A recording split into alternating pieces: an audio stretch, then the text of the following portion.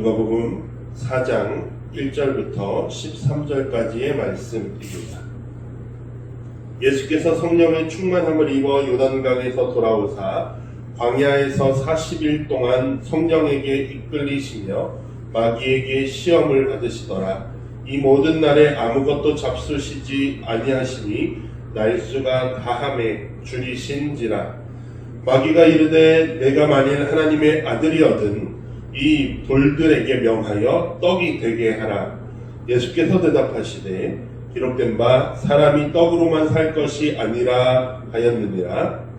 마귀가 또 예수를 이끌고 올라가서 순식간에 천하만국을 보이며 이르되 이 모든 권위와 그 영광을 내가 내게 주리라.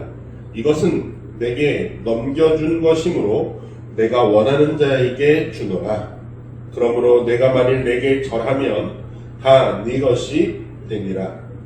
예수께서 대답하여 이르시되 기록된 바 주 너의 하나님께 경배하고 다만 그를 섬기라 하였느니라. 또 이끌고 예루살렘으로 가서 성전 꼭대기에 세우고 이르되 네가 만일 하나님의 아들이거든 여기서 뛰어내리라. 기록되었으되 하나님이 너를 위하여 그 사자들을 명하사 너를 지키게 하시리라 하였고 또한 그들이 손으로 너를 받들어 내 발이 돌에 부딪히지 않게 하시리라 하였느니라. 예수께서 대답하여 이르시되 주 너의 하나님을 시험하지 말라 하였느니라. 마귀가 모든 시험을 가한 후에 얼마 동안 떠나니라. 이 모든 말씀은 하나님의 말씀입니다. 하나님 감사합니다. 아멘. 아멘. 자리에 앉으시고요. 오늘 말씀을 우리 함께 나누겠습니다. 오늘의 말씀은 우리의 시험이라는 말씀으로 오늘 말씀 나누겠습니다. 할렐루야. 아멘. 아멘. 감사합니다. 오늘도 함께 예배하는 여러분들 모두를 주님의 이름으로 축복합니다. 아멘. 오늘도 말씀을 통해 죄송합니다. 우리에게 이끄시는 하나님의 영광이 우리 가운데 있기를 간절히 바랍니다. 아멘. 우리를 이끄실 때에 순종으로 따르는 우리가 되기를 축복합니다. 아멘. 또한 하나님의 이끄심을 기다리는 이들에게 주님께서 역사하시기를 주님의 이름으로 축복합니다. 아멘. 지난 주간은 저희가 변화주일 예배로 함께 예배했습니다. 주연절의 마지막에 다시 한번 우리가 그분이 하나님의 아들이시다라는 사실을 다시 한번 보았고요. 그분이 기도하시는 분이시다라는 걸 보면서 기도하실 때에 변화되셨다라는 사실을 우리도 주님과 같이 기도해야 한다라고 나누었고요. 또 예수님께서 산 위에 계속 계시는 것이 아니라 산 아래로 향하셨고 또 그곳에서 예루살렘을 향하여 가셨던 모습들을 보면서 그분의 그 내려오시고 예루살렘 죽음을 향해 가시는 그 길이 하나님의 영광을 가장 잘 드러내는 길이었다라고 나누었습니다. 그래서 우리도 주님과 같이 하나님의 영광을 가장 잘 드러내는 이 세상의 빛으로서 살아가자라는 말씀을 함께 나누었습니다. 우리 사랑하는 하나님께 성도 여러분께서 그러한 교회, 하나님의 영광을 반영하는 귀한 성도가 되기를 주님의 이름으로 간절히 부탁드립니다. 오늘 본문부터는, 오늘 이번 주부터는 사순절을 시작했습니다. 저희가 지난 수요일부터는 수요일을 이제 성회 수요일 혹은 재수요일이라고 해서 수요일부터 46일 딱 재서 그 기간을 사순절로 지킵니다. 왜 46일이냐면 주일을 한 번씩 뺐을 때 6번이 빠집니다. 그러면 우리에게 남는 날은 40일이에요. 그 40일의 기간, 사순이라는 그 기간을 정확하게 말하는 기간, 그 시간입니다. 이 시간 동안에 우리는 예수님의 죽음에 대해서 묵상을 합니다. 그리고 예수님의 죽음에 대해서 묵상하는 그 기간 동안에 우리는 보통 교회는 전통적으로 세례 교육을 보통 했습니다. 그래서 이 사순절 기간 동안에 처음으로 교회 나오기 시작하고 예수 그리스도를 받아들이기 원했던 자들에게 세례를 베풀기 전에 예수님이 누구이신지, 예수님이 어떤 일을 하셨는지, 그리고 예수님께서 그 죽음 가운데에서 십자가에서 일어나신 그 일이 우리에게 어떤 일인지 이런 것들을 가르치는 기간이 보통 사순절이었습니다. 그래서 교육의 기간이고 또 묵상하며 금식하고 절제하며 보내는 기간이 사순절입니다. 우리가 이 사순절을 맞이하면서 첫 주는 보통 예수님의 시험에 관한 이야기들이 본문상 위치합니다. 예수님이 죽음의 길을 가려고 하실 때 마귀는 예수님께 속삭였습니다. 그 길을 뭐 하는 거야? 너가 왜 죽어? 이런 말들을 예수님께 늘 이야기했습니다. 그런데 예수님은 그 유혹을 이기고 묵묵히 죽음의 길을 향해 가셨습니다. 그래서 복음서의 저자들은 이 예수님의 모습에 대해서 그 평소에 받으시는 그 시험에 대해서 하나의 이야기로서 온전하게 가르치길 원했습니다. 그래서 오늘 본문 예수님의 시험 받으시는 장면을 구성했고 각 복음서마다 자신들의 의도대로 그 복음서 안에 예수님의 시험이라고 하는 하나의 사건을 배치했습니다.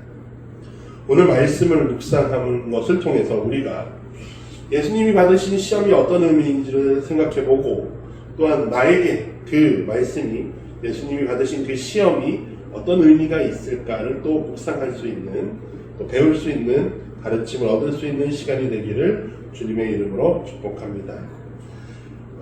예수님께서 마귀에게 시험 받으시는 장면은 공관복음서, 마태, 마가, 누가 세 개의 복음서에 나오고 있습니다.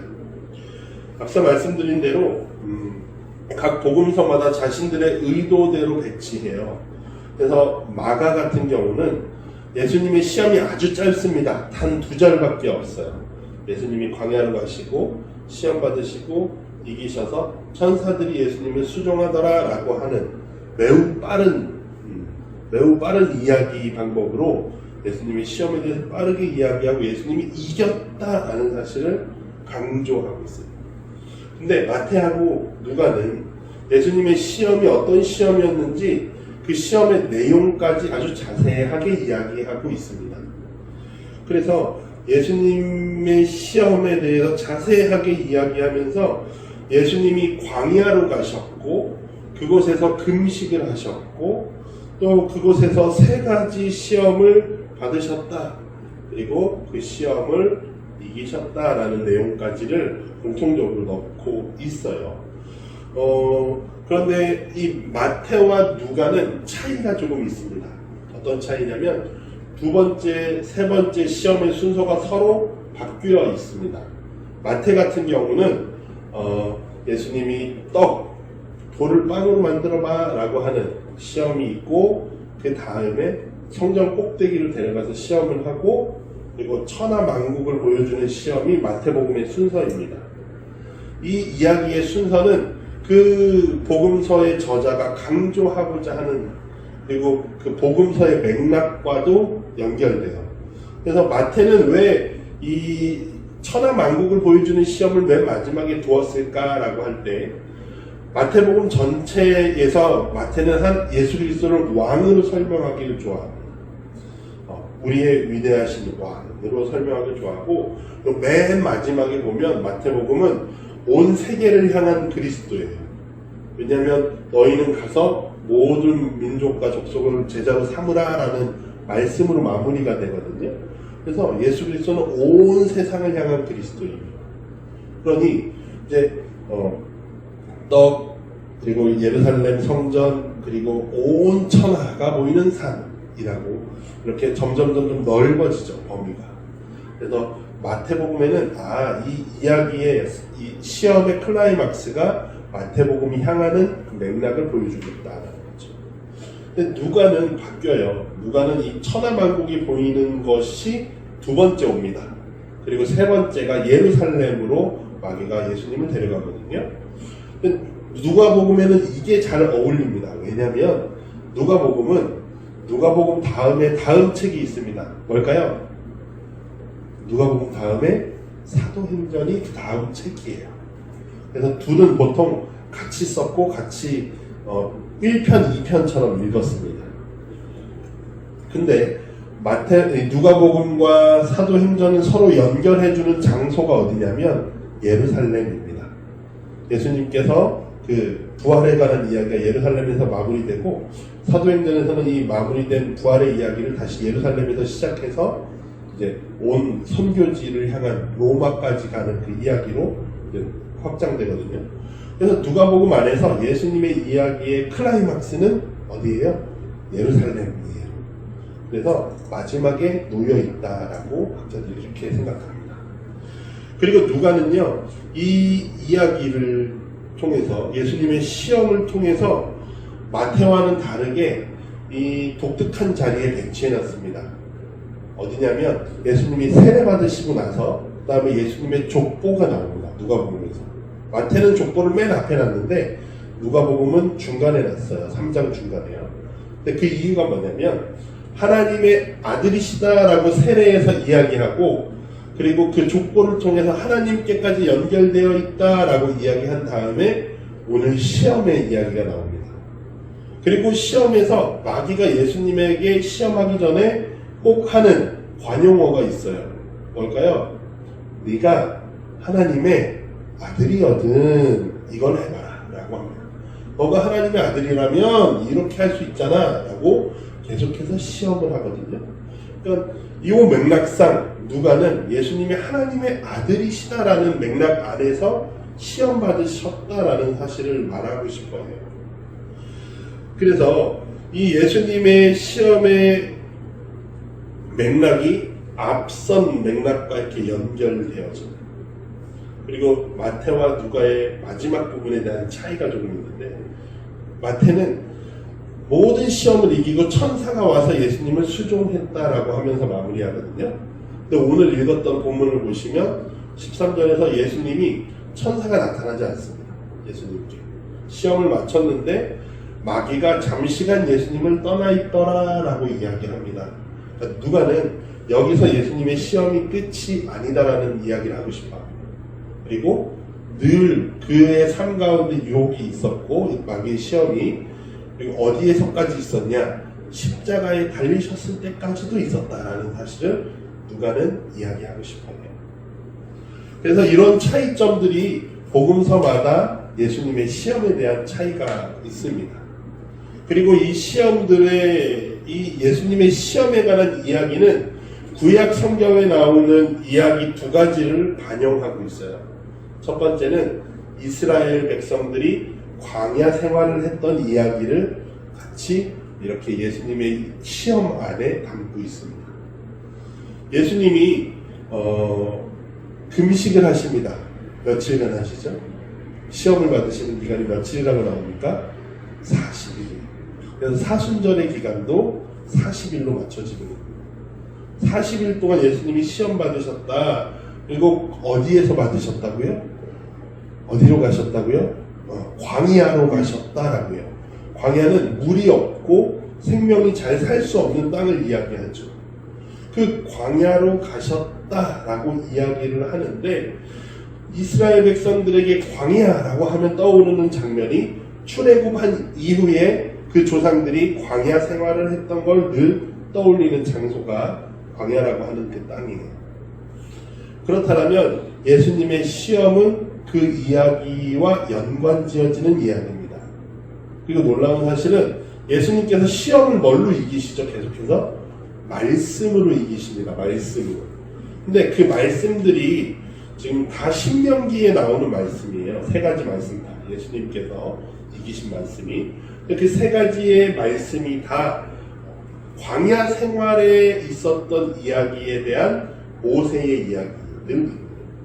그러니까 예수님께서 광야 이야기와 연결되어지는 부분들이 말씀으로 이기는데 말씀도 광야 시절의 이야기고 예수님 이스라엘 백성이 40년 동안 광야 생활한 것처럼 예수님도 40일 동안 시험 받으시고 동일하게 광야에 있으셨고 또 먹을 것에 대해서 예수님은 드시지 않으셨지만 그것에 관련된 이제 말씀이 이스라엘 백성들은 만나를 먹었다라는 거예요. 근데 이스라엘 백성들은 먹었고 예수님은 먹지 않았는데 먹느냐 먹지 않느냐의 문제는 중요하지 않습니다. 그거는 첫 번째 시험에 대한 대답에서 나오거든요. 근데 어쨌거나 이런 연결고리들이 예수님의 시험은 광야 생활을, 이스라엘의 광야 생활을 보여주는 하나의 그림처럼 보입니다. 중요한 사실은 이스라엘 백성들은 광야의 요 훈련 과정을 마치고 와서 그들의 삶이 성공한 삶이었냐 하나님 앞에서 그렇지 않았다라는 건데, 예수님의 모습은 그 시험을 이겼다라는 모습에서 대조적인 모습, 비교가 되는 모습이 드러납니다. 그리고 두 번째, 구약 성경의 이야기를 생각나게 하는 두 번째는 아담의 시험이에요. 왜냐하면 누가복음은 특히나 이 족보 이야기를 하고 나서 시험의 이야기를 하는데, 예수님께서 하나님에게까지 가기 전에 바로 전에 나타나는 인물이 아담이라는 사람입니다. 인류의 조상이죠. 인류의 조상에게까지 연결되어 있다라고 하면서 그 다음에 시험의 이야기를 하는 거예요.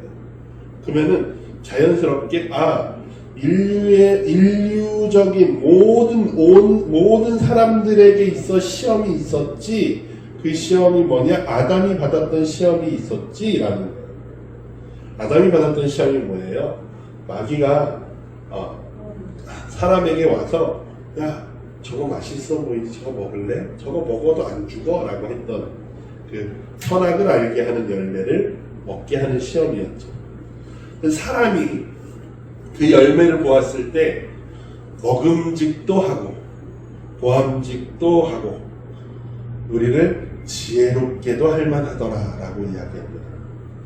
이 세 가지는 요한 1서에 나오는 죄에 대한 육신의 정욕과 안목의 정욕과 이생의 자랑이라고 말하는 죄의 세 가지 측면을 이야기합니다. 그래서 이 세 가지 측면에 대한 아담의 실패, 그러나 예수 그리스도는 세 가지 시험에 대한 성공, 승리에 대한 이야기가 나오는 거예요. 그래서 아담의 이야기와 예수 그리스도의 이야기가 서로 이렇게 비교가 되게끔 됩니다. 앞서 말했던 것처럼 이스라엘이 실패했지만 또 아담도 실패했지만 누구는 이겼다? 예수 그리스도는 승리했다라는 그 이야기를 보여주고 싶어 하는 게 복음서의 저자들이었어요. 마태, 마가, 누가는 이런 내용들, 특히 마태랑 누가는 이런 부분에 대해 좀 자세하게 이야기하고 싶어 합니다. 이런 이해를 가지고서 오늘 본문을 보시면 우리가 중요한 것은 예수님께서 시험을 자신의 능력으로 이기셨다라고 말하고 있지 않아요. 예수님이 정말 대단한 분이야, 예수님 같은 분이니까 시험을 이길 수 있었어 라고 말하지 않습니다.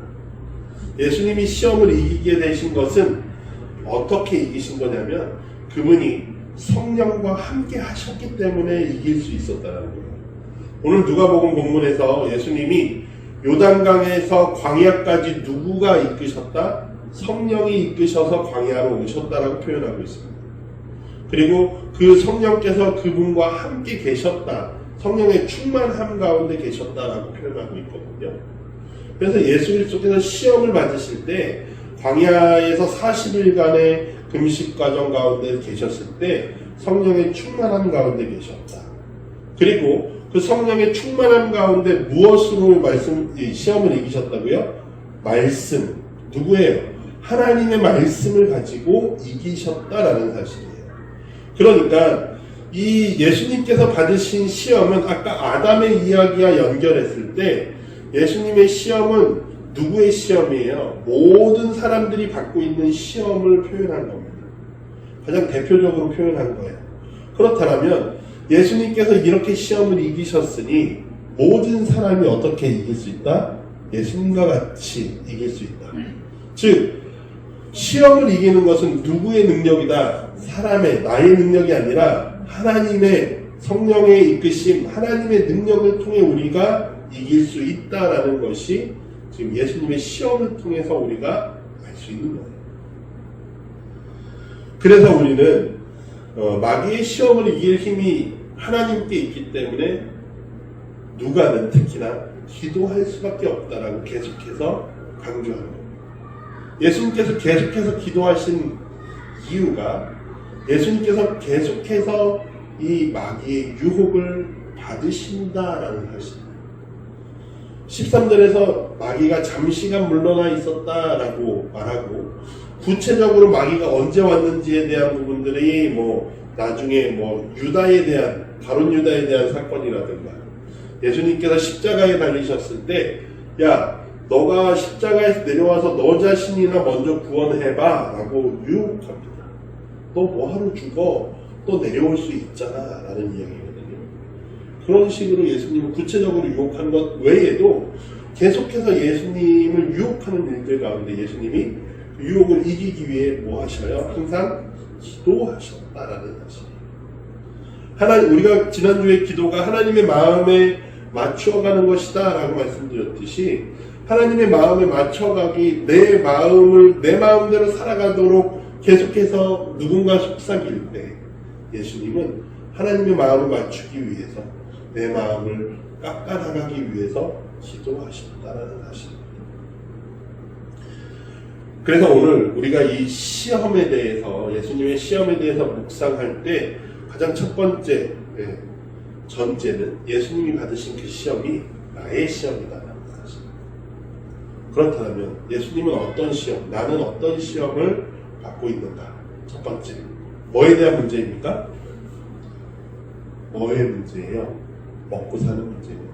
빵에 대한 문제이죠. 예수님의 첫 번째 시험은요, 인간에게 있어서 생존과 직결된 가장 개인적인 시험이에요.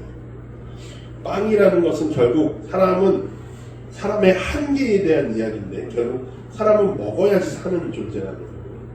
그죠? 그래서 가장 개인적인 문제예요. 이 누군가 먹는다는 것, 먹고 생명을 유지한다는 건 한 사람이 살아가는 이야기입니다. 그런데 우리는 살기 위해 먹는 게 아니라 사는 것을 넘어서도록 먹고 있습니다. 그렇죠? 먹고 살 만큼만 먹는 게 아니라 먹고 살 수 있는데 더 먹고 있다는 사실이에요. 그래서 이 먹고 사는 문제, 예수님께서 이 빵의 문제를 이야기하시는 것은 가장 개인적인 문제이기도 하지만 동시에 내가 먹을 것을 더 먹음으로 인해서 누군가 먹지 못하는 가장 사회적인 문제까지 연결되어진다는 사실입니다. 빵의 문제는 개인의 문제이지만 개인을 넘어서는 사회적인 문제입니다. 그리고 이 사회적인 문제라는 것은 나와 너에 대한 문제는 결국 영적인 문제입니다. 러시아의 철학자 니콜라이 베르다예프가 이렇게 이야기했습니다. 나를 위한 빵은 물질의 문제이지만 이웃을 위한 빵은 영적인 문제이다. 제가 예전에도 한번 인용했던 것 같은데요. 예수님께서 펼치셨던 기적 중에 이 먹는 것에 관한 오병이어의 기적이 있었어요. 그 기적이 일어나고 났을 때 사람들의 반응은 어땠습니까? 예수님이 우리에게 계속 먹을 걸 주면 좋겠다였어요. 그러니까 내가 배부른 것을 넘어서 예수님이 우리 모두를 배부르게 했으면 좋겠다. 그래서 당신이 우리의 왕이 되시오 라고 예수님은 끝까지 쫓아왔습니다. 예수님 배 타고 건너갈 정도로 도망가셨는데 끝까지 쫓아와요. 이런 부분에 있어서 먹는 것의 문제는 개인의 문제이기도 하고 이걸 넘어서 사회의 문제이기도 하고 동시에 이것은 해석되어질 때 하나님께서 말씀하시는 영적인 문제이기도 하다라는 거예요. 그러한 대답을 지금 예수님께서 하십니다. 뭐라고 대답하셔요? 사람이 떡으로만 살지 않는다. 빵만 먹고 사는 건 아니다. 근데 이게 단순히 빵은 필요 없어 라는 이야기가 아니시죠. 빵은 먹는다. 근데 이 본문을 인용한 신명기 말씀 안에서 어떤 맥락이냐면 그것이 어디서 오느냐에 대한 질문이에요. 빵이 어디서 오느냐? 하나님께로부터 온다는 것이. 그 말은 너희가 먹는 것, 너희가 아무리 걱정하고 너희가 아무리 힘써도 하나님께서 주시지 않으면 못 먹어라는 이야기이기도 합니다. 그래서 그것의 근원이 어디에 있다? 하나님께 있다. 이게 사회적으로 이제 나의 문제를 넘어서 나가면 어떻게 말씀할 수 있습니까? 하나님께서 너에게 주신 빵이 너만 먹으라고 주신 빵인가에 대한 질문도 된다는 거예요. 그리고 그 빵을 저 이웃에게도 주게끔 하시는 하나님의 역사 가운데에 너가 욕심으로 그것을 가로채고 있지는 않은가? 라는 질문도 하게 하는 예수님의 이 설명 하나를 통해서 떡은 떡으로만 사는 것이 아니다. 하나님의 말씀으로도 산다라는 말씀은 즉 하나님으로부터 우리의 생명이 있다라는 말씀은 내가 나의 욕심으로 내 생명을 채울 수 없다라는 말씀인 것 같다. 그리고 이웃의 생명도 더 나아가 우리 모두의 하나님이 원하시는 생명을 살리는 일이 어디에 있는가? 그 말씀을 예수님이 하시는 거예요. 두 번째 문제는 마귀가 천하만국을 보여줍니다. 마태는 높은 산에 올라갔다라고 말하거든요. 근데 누가는 산이라는 말을 빼요. 굳이. 왜요? 제가 그 전주에도 말씀드렸지만 산에 대한 위치는 누가에게 중요한 자리이기 때문에 마귀가 예수님을 산에 데리고 가서 시험했다라고 굳이 표현하지 않습니다. 그냥 천하만국을 순식간에 보여주었다라고 표현하는데 천하만국이 다 보이게 합니다. 이건 무슨 문제예요? 힘에 대한 문제입니다. 힘에 대한. 천하만국을 다 보여줘요. 화려하고 큰 왕궁과 번쩍번쩍 빛나는 군대와 이런 멋진 천하만국을 다스릴 수 있는 권한과 힘에 대한 유혹을 합니다.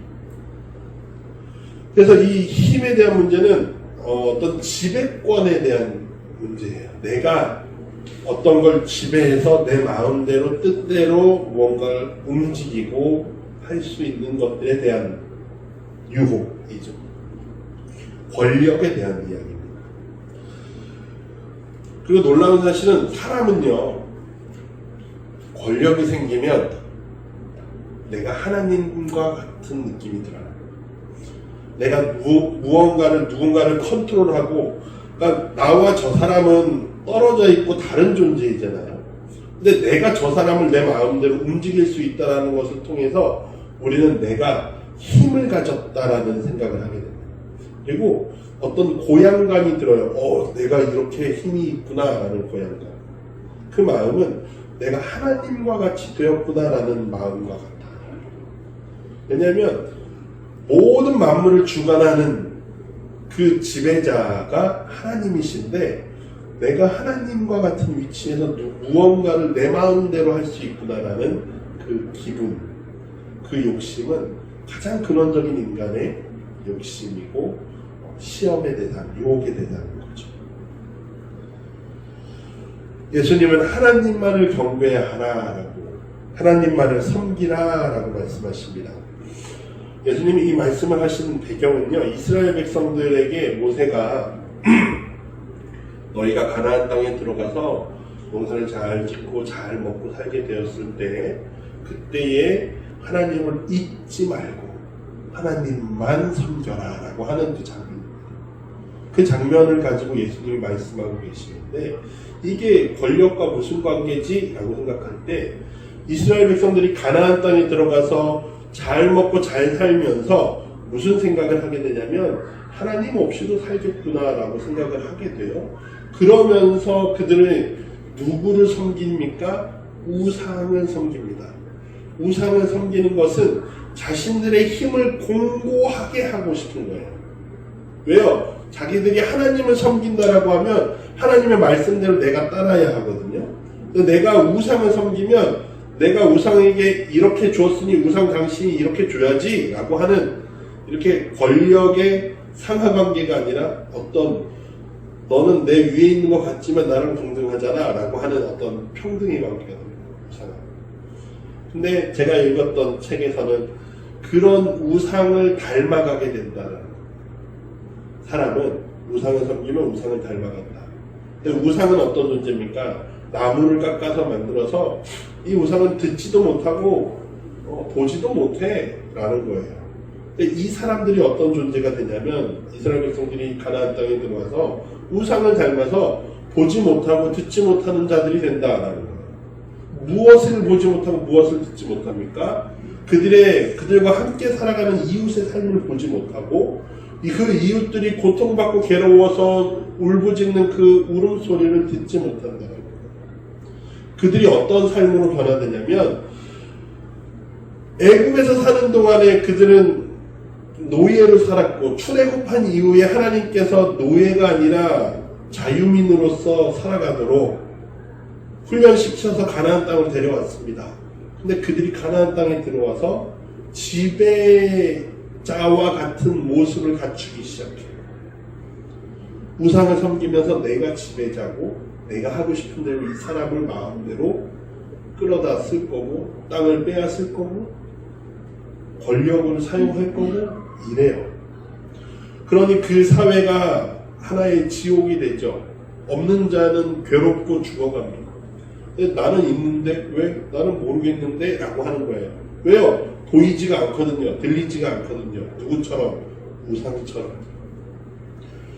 예수님께서 그래서 우상과 같이 우상을 섬기는 자가 아니라 너희가 누구만을 섬겨야 한다, 하나님만을 섬겨야 한다라는 말은 결국 내가 가진 힘과 연결되어지는 부분들이 내가 힘을 사용하는 것들이 누구와 같이 사용하는가. 보지 못하고 듣지 못하는 우상, 즉 내가 원하는 대로 내 힘을 사용하는지 아니면 하나님께서 우리를 다스리시듯이 너가 이 땅에서 살아가고 있는지 라는 대답이 되는 거예요. 그래서 우리는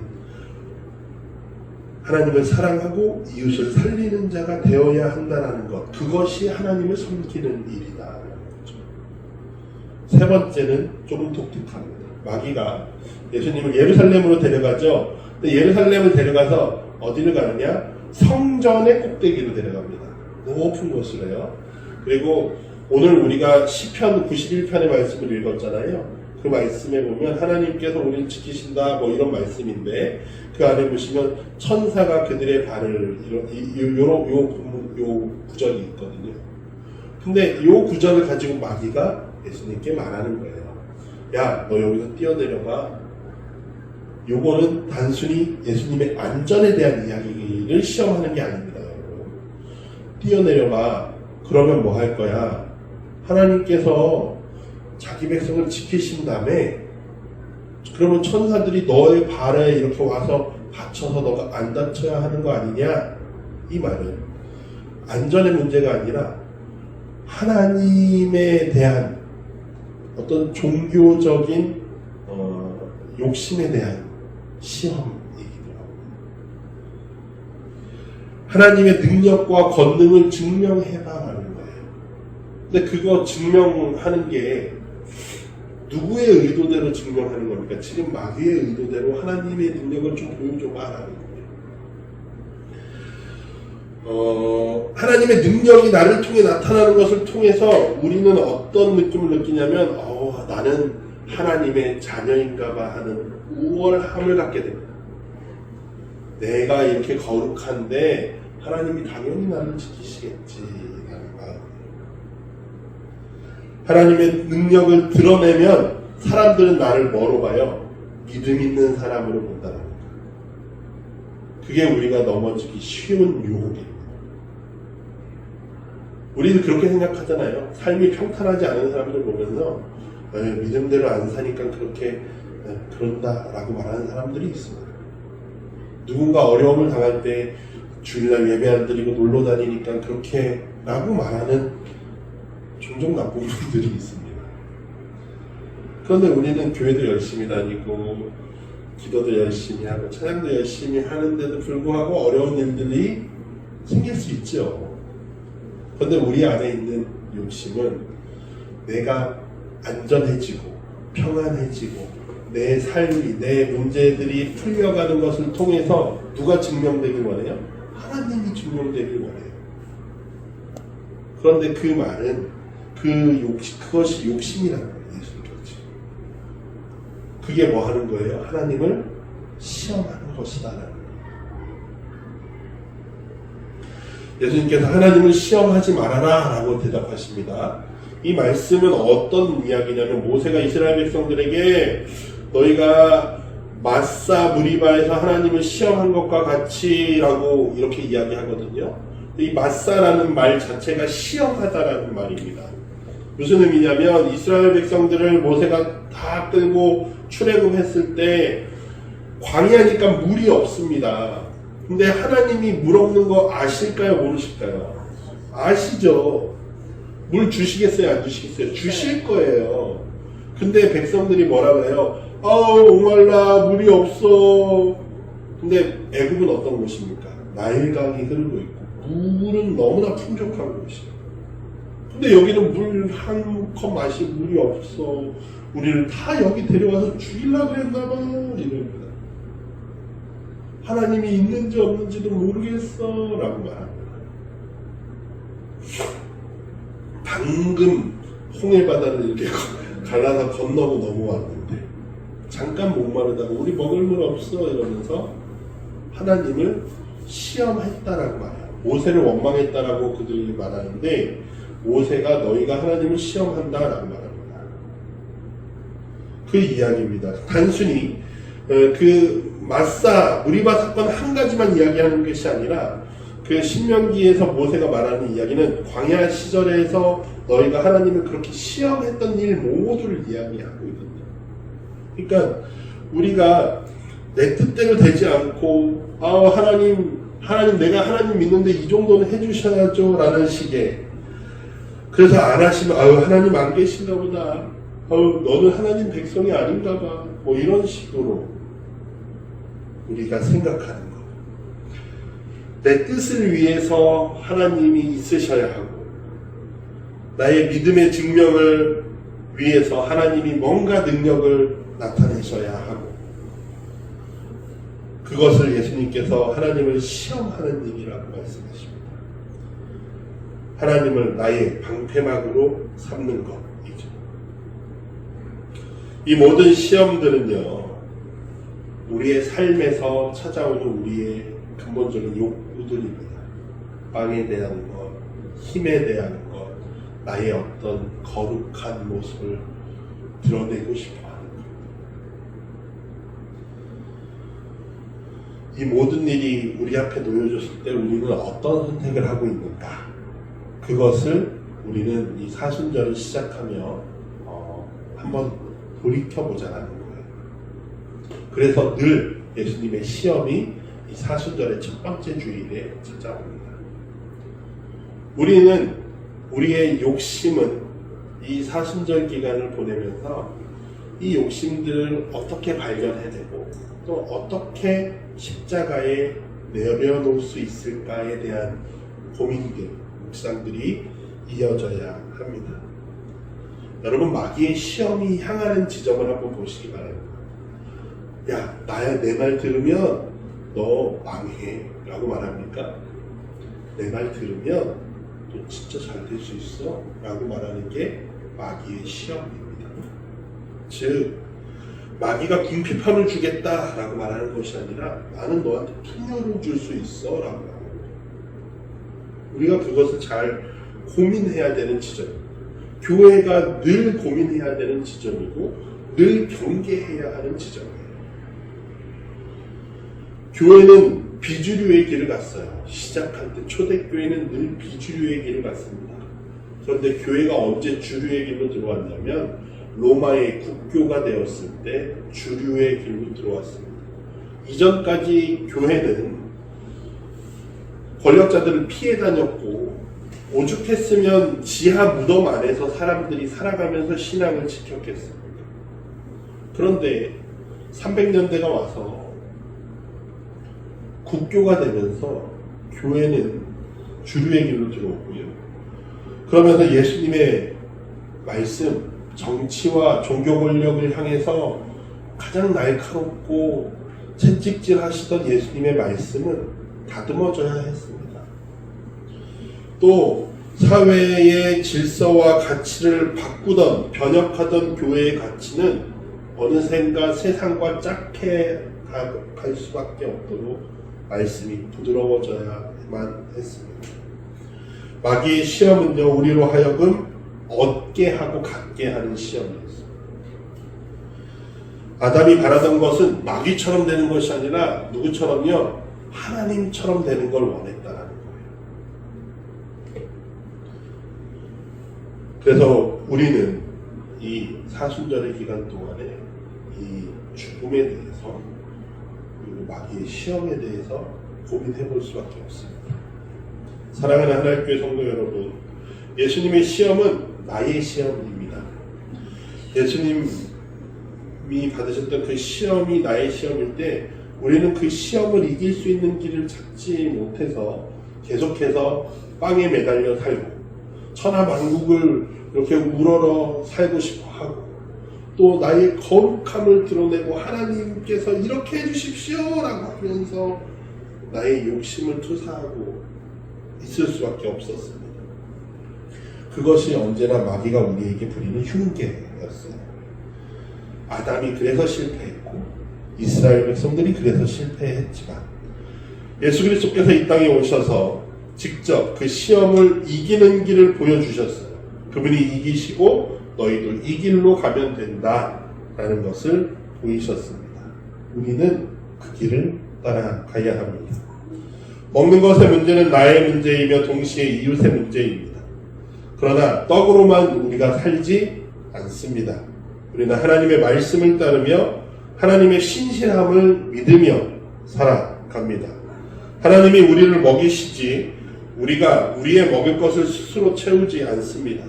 하나님이 주셨다고 믿는다면 우리는 얼마든지 기쁘게 먹을 수 있고 또 기쁘게 나눌 수 있습니다. 힘과 권력의 문제는 우리가 이 땅에서 어떻게 관계 맺는가의 문제이기도 합니다. 우리는 우위에 서기 원하고 심지어 하나님보다 더 높은 곳에 있길 원하는 게 우리의 마음입니다. 반짝반짝 빛나는 삶을 원하고 누구든지 그 반짝반짝 빛나는 일을 위해서 누구든지 희생시킬 준비가 되어 있는 게 우리의 마음입니다. 근데 그것이 하나님이 기뻐하시는 하나님의 길이 아니라 우상의 길이라는 거예요. 눈과 귀를 막은 삶이죠. 우리는 눈과 귀를 열고 이웃을 보고 우리 주변을 돌아보며 관계 맺어야 하는 것이다라는 거죠. 세 번째, 종교적인 우월감의 문제는 내 욕심이 하나님의 뜻보다 훨씬 커지는 겁니다. 우리는 거룩한 척합니다. 그러나 결국 나의 신앙과 나의 생각과 나의 욕심을 합리화시키기 위해서 하나님 이쪽으로 와보세요 하면서 하나님을 끌고 옵니다. 내가 바뀔 생각을 하지 않고 하나님이 바뀌셔야 한다라는 생각을 가지고 시도합니다.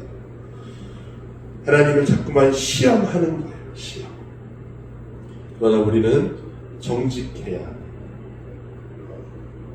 하나님 앞에, 이웃 앞에 오히려 솔직하게 우리의 믿음을 드러낼 필요가 있습니다. 사랑하는 성도 여러분, 오늘 본문에서도 나타나 있지만 마귀의 시험은 한 번으로 끝나지 않습니다. 그렇죠? 계속해서 끊임없이 예수님을 따라다니고 예수님을 유혹하기 위해서 힘썼습니다. 우리의 시험도 그러합니다. 우리 일 끝났다라고 하지만 또 일 찾아옵니다. 시험 이겼다 하지만 또 금방 어느샌가 시험이 내 삶 안에 틈타 있습니다.